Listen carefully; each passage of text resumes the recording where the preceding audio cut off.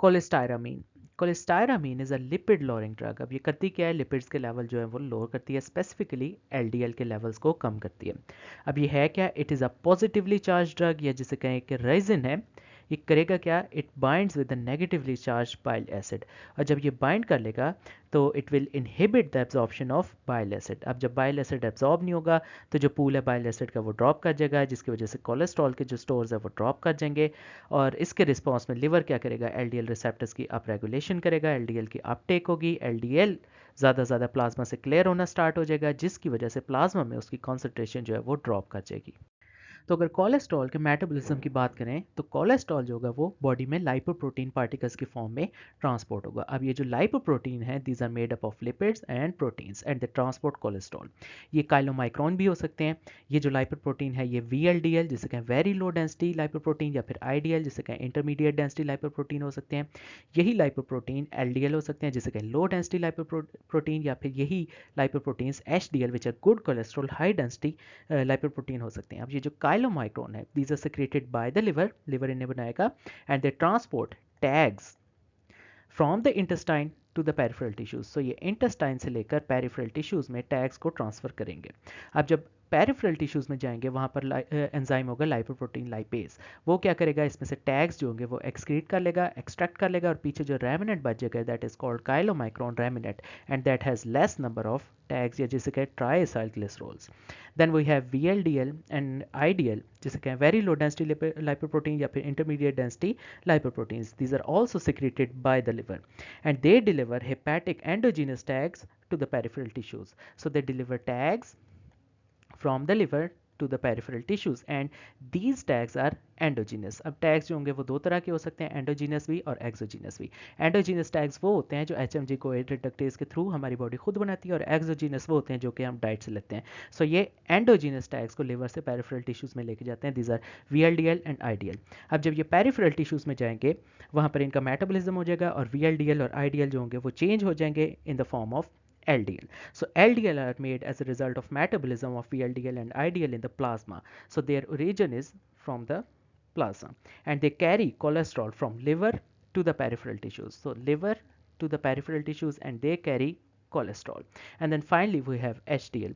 HDL को कहते हैं this is good cholesterol high density lipoprotein, क्योंकि इसमें प्रोटीन कंटेंट जो होता है वो बहुत ज़्यादा होता है. It is also made by the liver. So liver makes HDL, and some of the HDL is made by intestine. अब HDL क्या करता है, transports cholesterol from peripheral tissues back to the liver. So ये उल्टा काम करेगा, ये peripheral tissue से लिवर की तरफ कोलेस्ट्रॉल जो है वो वापस लेकर आएगा, क्लियरिंग करेगा, जिसे हम कहते हैं रिवर्स कोलेस्ट्रॉल ट्रांसपोर्ट। सो अगर लाइपोप्रोटीन के मेटाबॉलिज्म की बात करें तो जो लिवर होगा उसके अंदर एसिटाइल को एंजाइम होगा, ये एसिटाइल कोए जो होगा वो कोलेस्ट्रॉल के अंदर चेंज होगा with the help of enzyme which is called HMG कोए रिडक्टेज।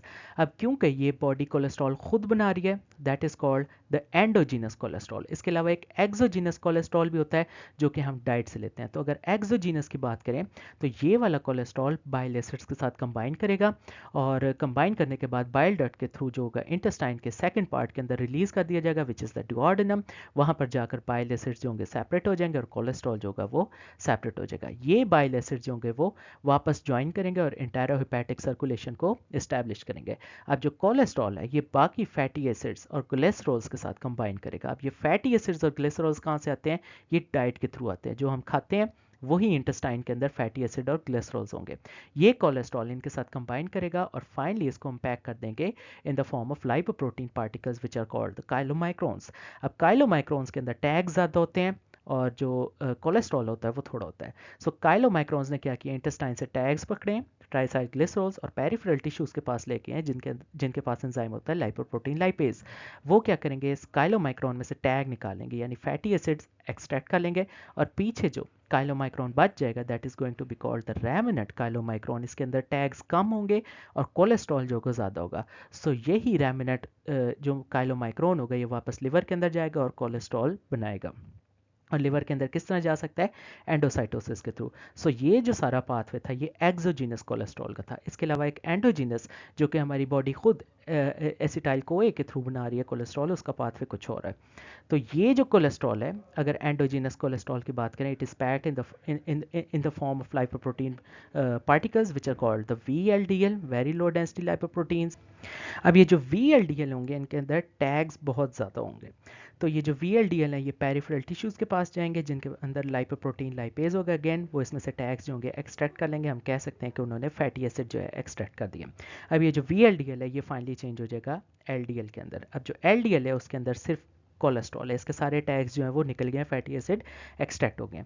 अब ये जो LDL है इसके पास दो ऑप्शंस है, या तो ये LDL वापस लिवर के अंदर चल जाए थ्रू LDL रिसेप्टर्स एंडोसाइटोसिस, या फिर ये LDL जो है इसकी अपटेक हो जाए in the peripheral tissues. So LDL का जितना भी कोलेस्ट्रॉल है वो पेरिफेरल टिश्यूज़ अपटेक कर लें।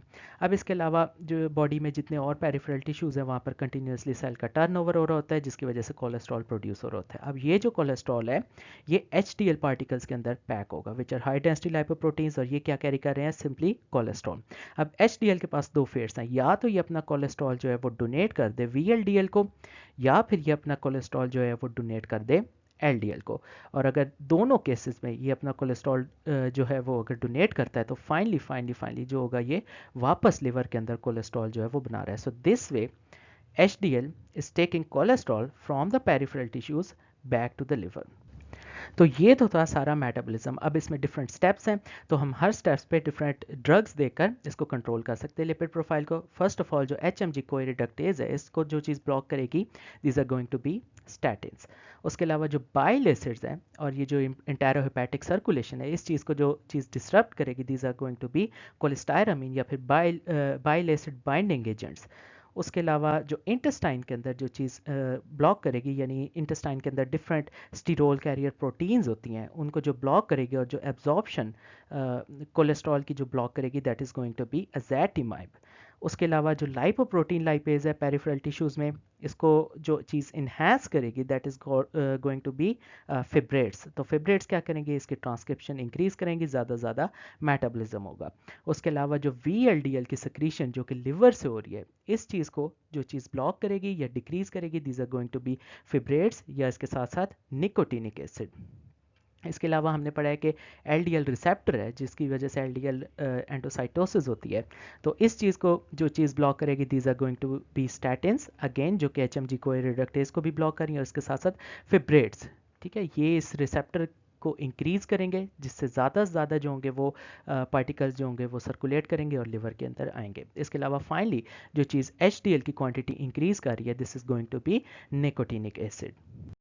तो स्पेसिफिकली कोलेस्टायरामीन जो कि बाइल एसिड बाइंडिंग राइजिन है, अगर उसकी बात करें तो ख़ुद ये एक पॉजिटिवली चार्ज ड्रग है और बाइल एसिड जो है वो नेगेटिवली चार्ज है। अब ये क्या करेगा, बाइल एसिड के साथ बाइंड कर लेगा और इसकी जो एब्जॉर्प्शन है बाइल एसिड की उसको इनहिबिट कर देगा। अब इसकी वजह से होगा क्या कि जो लिवर के अंदर बाइल एसिड्स के पूल्स हैं वो ड्रॉप कर जाएंगे। जब बाइल एसिड के पूल्स ड्रॉप कर जाएंगे तो उसके रिस्पॉन्स में जो लिवर के अंदर कोलेस्ट्रॉल के स्टोर्स हैं वो भी ड्रॉप कर जाएंगे।